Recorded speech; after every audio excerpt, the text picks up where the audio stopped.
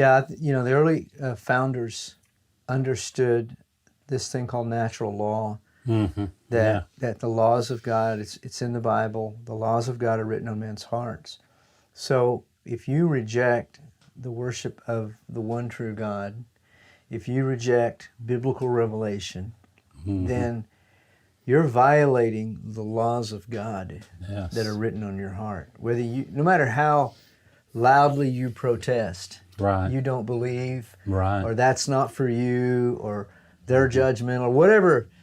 I found out the more people violate their conscience, the louder they are. Yes. That's why the abortionists can never be quiet. Right. Because So true. they know they're violating their conscience. Yeah. So that's why it has become. The Christians used to be accused of being the pushy ones, the intolerant ones. Yeah. But there's a lot of people now that are not Christians that are really leaving that whole world of intolerance.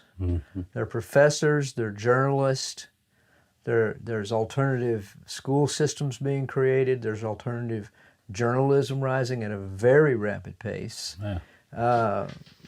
The old media is being quickly discredited. Sure. So I would say to people today, if you see stuff on the media that disturbs you, and there's a lot to disturb us, take heart, because what you're seeing is just a little tiny sliver of what's really going on.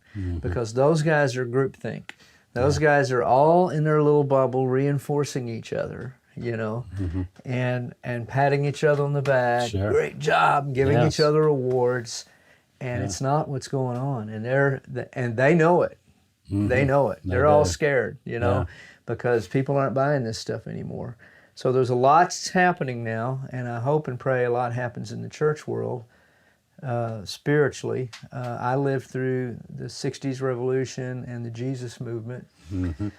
And so I'm encouraged because it looked like in the late 60s the whole world was falling apart. I don't know if you're that old. I'm 68. So I'm right behind you. Yeah. So I mean, I was saved in that era. I became a Christian in college, and I was swept up in the Jesus movement, and thankful for that.